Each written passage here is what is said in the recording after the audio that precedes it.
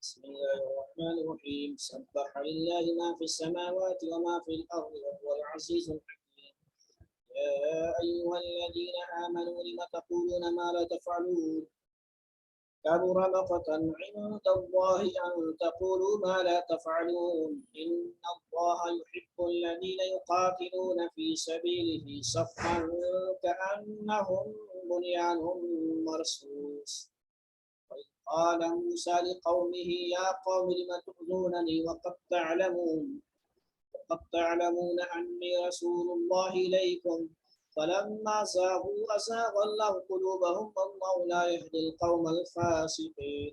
وإذ قال عيسى ابن مريم يا بني إسرائيل إني رسول الله إليكم مصدقا لما بين يدي من التوراة ومبشرا برسول يأتي من بعد اسمه أحمد.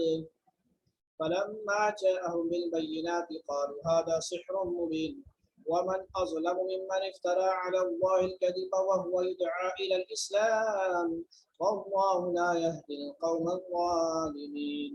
يريدون أن يطفئوا نور الله بأفواههم والله متم نوره ولو كره الكافرون.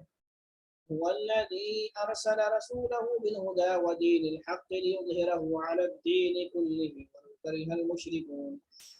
يا أيها الذين آمنوا هل أدلكم على تجارة تنجيكم من عذاب أليم تؤمنون بالله ورسوله وتجاهدون في سبيل الله بأموالكم وأنفسكم ذلكم خير لكم إن كنتم تعلمون. يغفر لكم ذنوبكم ويدخلكم جنات تجري من تحتها الأنهار ومساكن طيبة في جنات عدن ذلك الفوز العظيم. وأخرى تحبونها نصر من الله وفتح قريب وبشر المؤمنين. يا أيها الذين آمنوا كونوا أنصار الله كما قال عيسى ابن مريم للحواريين من أنصاري إلى الله